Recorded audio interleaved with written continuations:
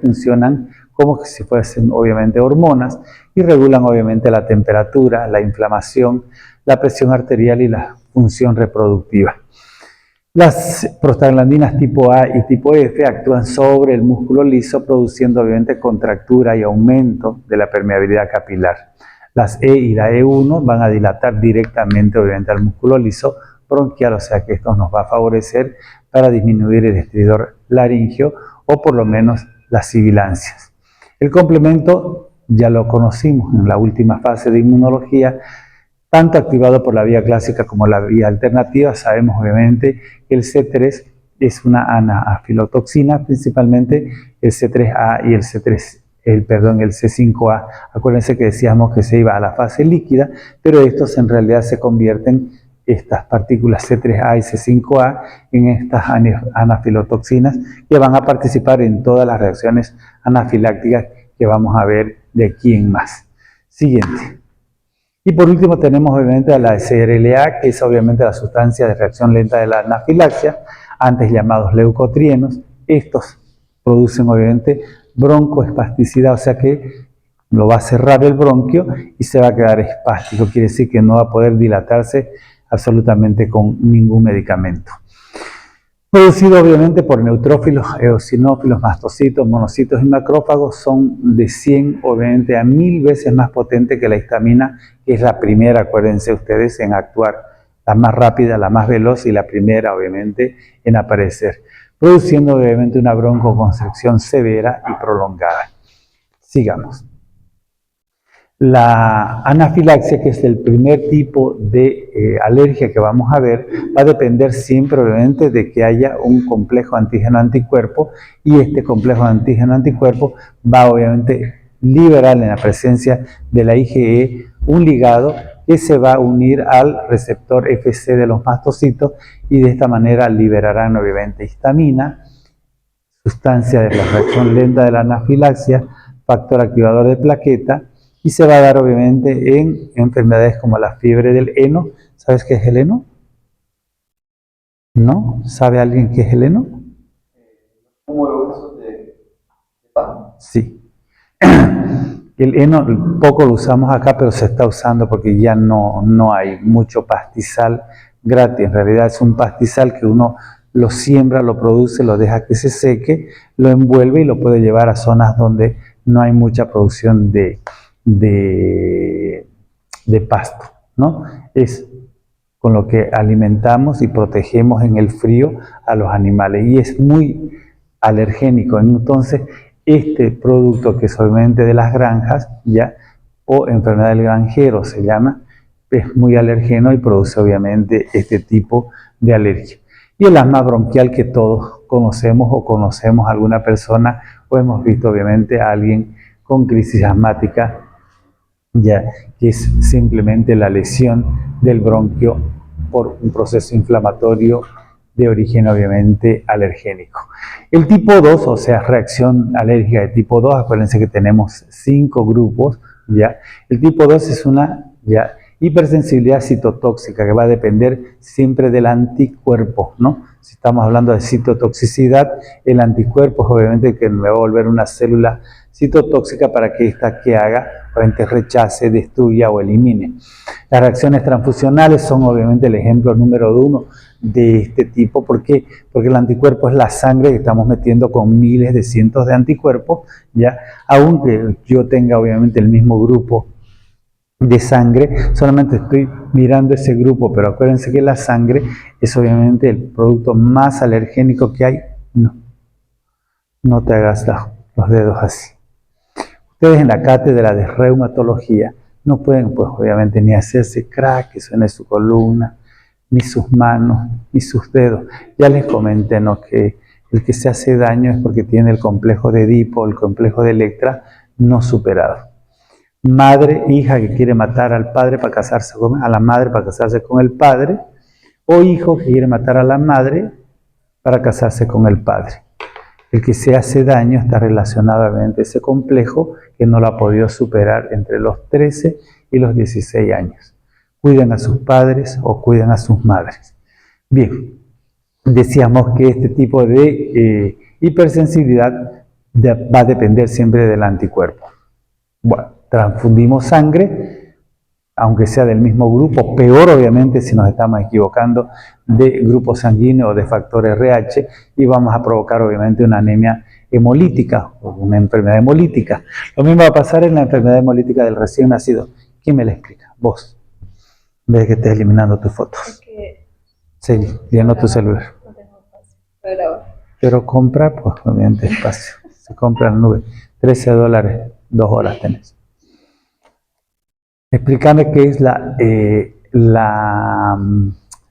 anemia hemolítica del recién nacido, o alguien que la sepa y que quiere expresarse.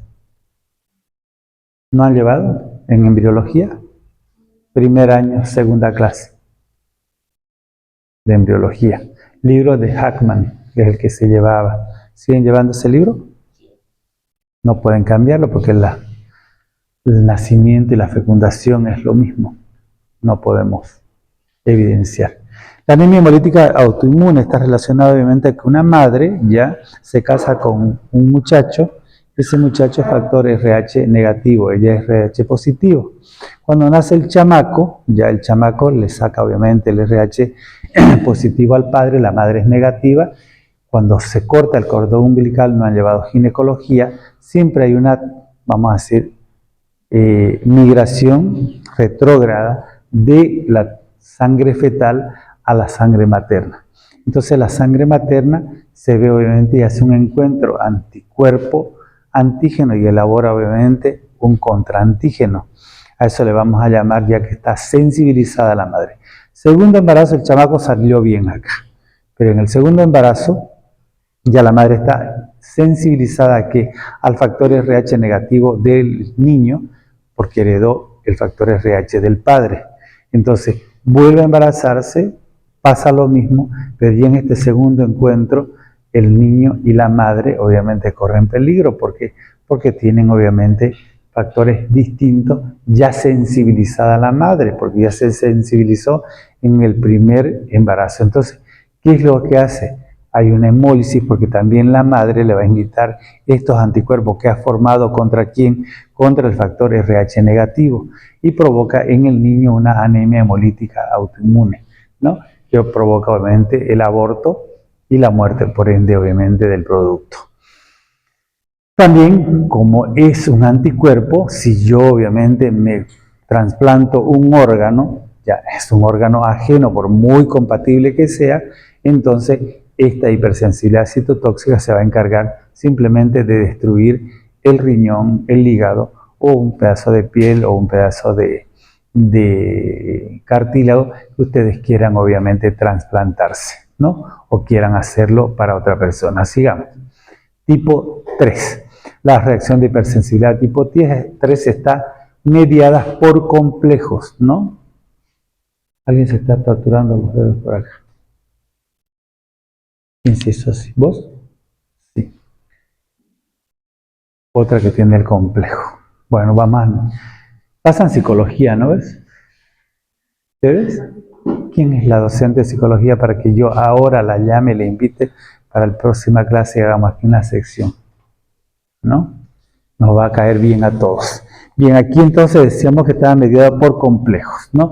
Los complejos vamos a llamarlo obviamente que el complejo es un antígeno anticuerpo ya como enlazado. ¿Qué nos va a provocar obviamente esta reacción de hipersensibilidad mediada por inmunocomplejos? Edema, ¿ya? Eritema, infiltración de polimorfos nucleares. Si ustedes hacen una biopsia van a ver grandes cantidades de polimorfos nucleares en la zona obviamente de la alergia. Se va a dar obviamente en la reacción de Arthur, que está vinculada también obviamente a la exposición a un afteno que es muy conocido, ¿ya? Que es producto del pescado, pero pescado de agua de mar, de agua salada, ¿ya? El pulmón del granjero, que ya sabemos que lo da obviamente el heno, los criadores de palomas, porque las palomas son ricas obviamente en la producción de hongos, principalmente el Aspergillus, ¿ya?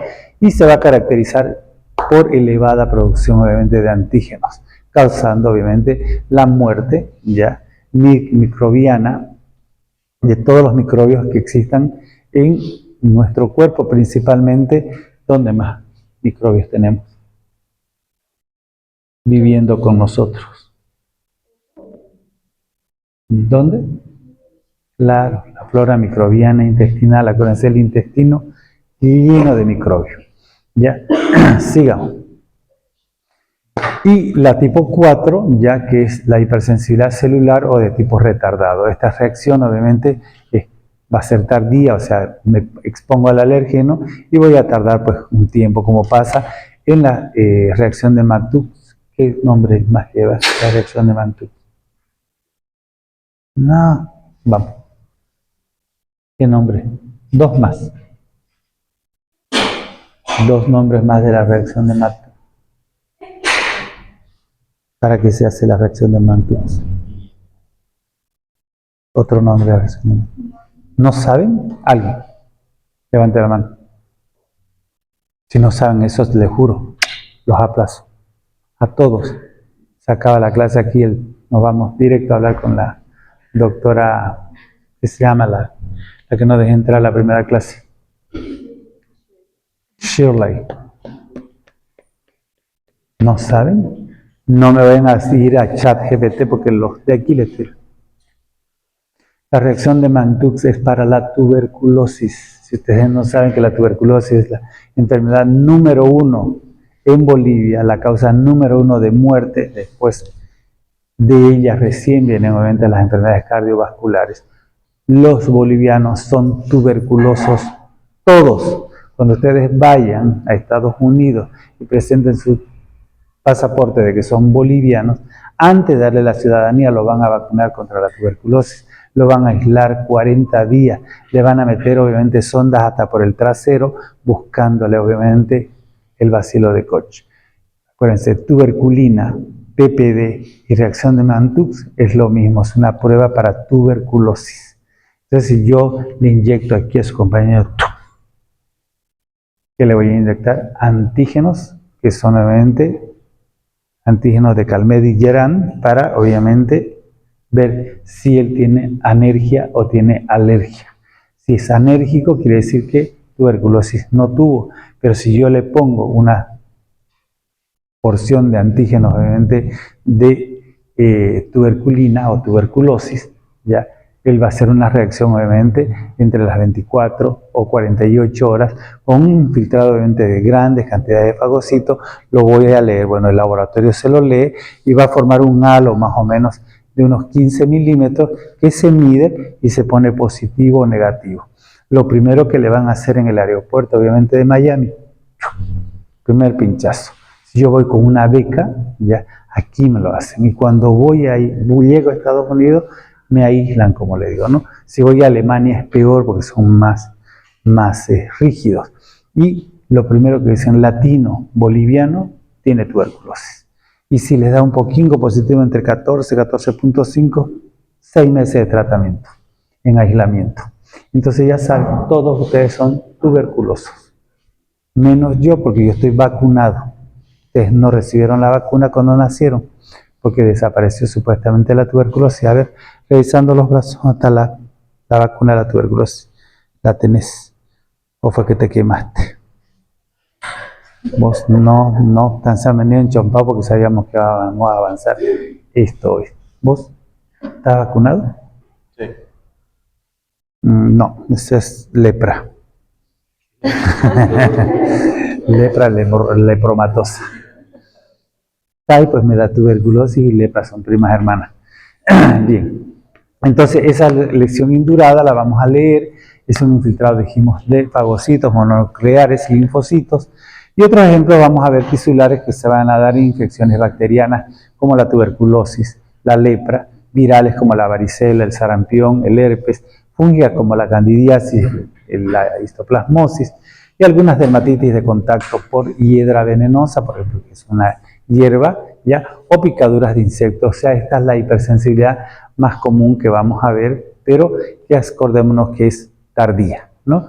Me picó, yo me fui al campo ayer y hoy apareció con esa urticaria, me está picando, porque me dio tarde, 24, 48 horas después, ya uno empieza a recordar dónde me metí, o sea, qué hice, me fui al campo, algo me picó o tuve contacto con alguna, la conocen, la hiedra venenosa es la que conocemos como pica pica, por lo menos aquí en Santa Cruz, lo que somos cruceños de oro. Sigamos. El tipo 5 es una hipersensibilidad estimuladora, o sea, tiene que tener una fuente de estimulación para que el anticuerpo reaccione obviamente con este componente de la superficie celular que va a ser obviamente idéntico a un receptor, aunque no lo es.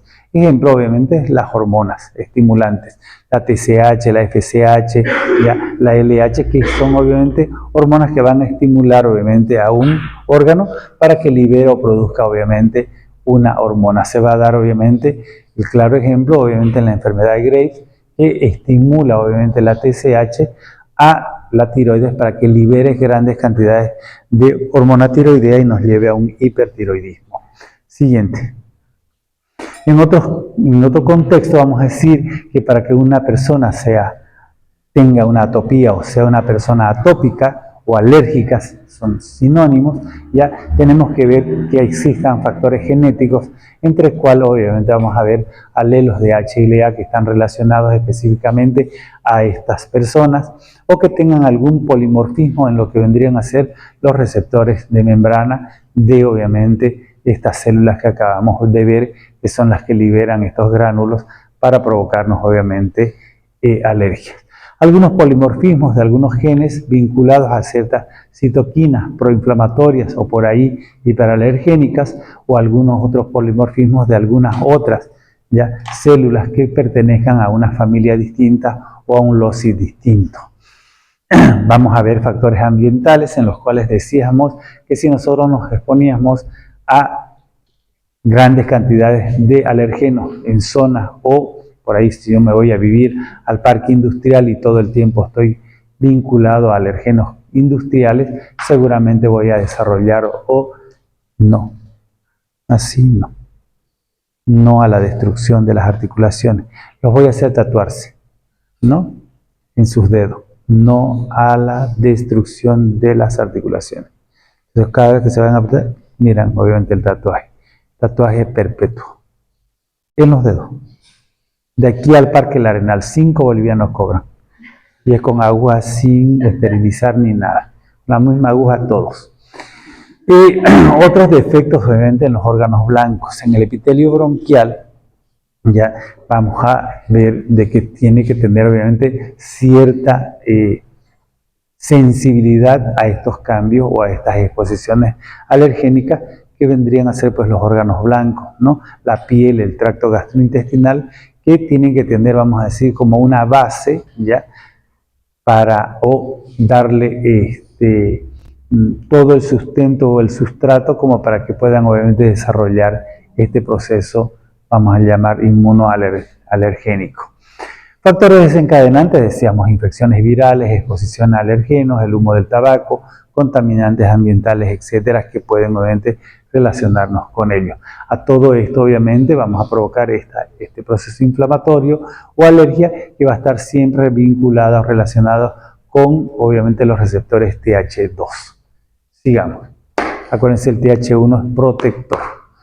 Bien, vamos a describir ahora la alergia o la atopía, que es obviamente un cuadro de hipersensibilidad que está siempre mediado por una inmunoglobulina, que es la IgE. Esta inmunoglobulina nos va a provocar dentro obviamente del cuerpo un proceso inflamatorio que se va a instaurar de manera inmediata. Se van a liberar masivamente mediadores inflamatorios como la histamina, la triptasa, la prostaglandina y los leucotrienos, que ya los conocemos, liberados estos por los leucocitos basófilos y mastocitos. Como consecuencia, obviamente, de esto, ya el receptor Fc de los anticuerpos, principalmente de IgE, va a determinar que estos antígenos de membrana de dichas células liberen y produzcan las siguientes manifestaciones clínicas. Localizada vamos a tener obviamente una rinitis alérgica o el asma bronquial, bronquios obviamente y árbol respiratorio superior. Generalizadas podemos tener obviamente reacciones anafilácticas que van a estar desencadenadas por algunos medicamentos, picaduras de insectos o algunos alimentos. O sea, ¿Quiénes provocan esto? Ya dijimos, ¿no? Medicamentos, insectos o alimentos, que nos va a dar localizadamente como manifestación rinitis o asma bronquial. O sea, yo me expongo a una alergia, ya, como esta, tipo IgE, llamada atopía, y lo único que puedo tener todas las mañanas es rinitis como manifestación o crisis asmáticas leves de vez en cuando, ¿no? Ya sabemos quiénes las van a provocar y qué células obviamente son las que van a liberar estos mediadores de la inflamación, de las reacciones de hipersensibilidad. Siguiente. Los antígenos van a estimular la formación obviamente de anticuerpos IgE y van a causar obviamente enfermedades atópicas que se van a llamar alergenos. Entonces, los alergenos son los que van a provocar estas enfermedades. Puede tratarse de algunas proteínas o glucoproteínas que forman parte obviamente de productos naturales o sustancias químicas de naturaleza acténica. De esto es que nosotros vamos a decir de que estos actenos pueden tener tres tipos o pueden haber tres tipos de alergenos. Según la vía de contacto vamos a decir que existen los aeroalergenos, que son obviamente los inhalables, los por ingestión, ya, que van a ser medicamentos o alimentos, los por inoculación, que van a ser obviamente medicamentos o venenos de picadura de insectos o algún otro tipo de bichito por ahí, una víbora, ¿no? Los aeroalergenos son los que van a provocar la mayor cantidad, obviamente, de estos procesos, principalmente en las vías respiratorias, donde se van a manifestar clínicamente por rinitis o por asma bronquial. Fíjense que estamos en atopía o alergias más comunes o más frecuentes. Siguiente. Diagnóstico, ¿cómo lo vamos a hacer? Vamos a detectar obviamente la cuantificación de IgE que sea específica, o sea, lo normal es hasta 200 unidades internacionales y en estos pacientes vamos a tener por encima de 200, vamos a tener 1000, 10.000, 15.000, dependiendo obviamente cuán alergénico es el paciente. Podemos hacer test de provocación, si yo digo obviamente